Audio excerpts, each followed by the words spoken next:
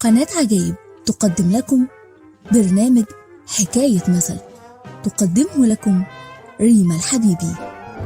واحنا صغيرين كان لازم تلاقي في الفصل الطالب الأكول اللي بياكل أكله وأكل أصحابه.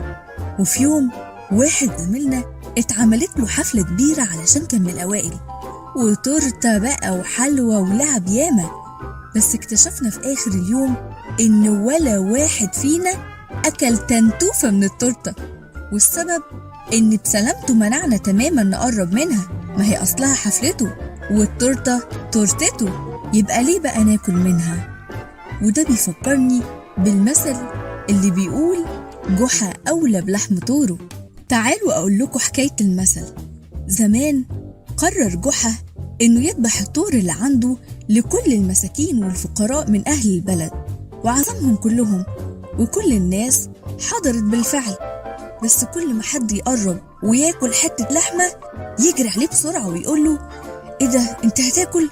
لا بلاش، ما انصحكش أبدا، أصله مليان دهون، ده كده هيوجع لك بطنك. ويروح لواحد تاني ويقول له: أنت هتاكل دلوقتي؟ اصبر شوية، الذبيحة التانية ابقى خد نصيبك منها. ويروح للتالت ويقول له: أنت راجل عجوز، اللحمة دي ما تقدرش عليها، بقولك إيه، سيبك منها وكل فواكه.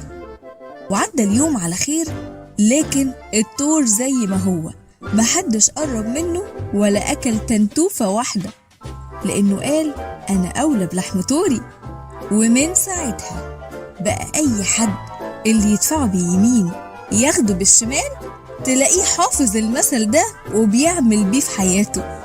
قول لنا بقى، قابلت مين في حياتك عامل فيها جحا وأولى بلحم طوره؟ كنتم مع برنامج حكاية مثل.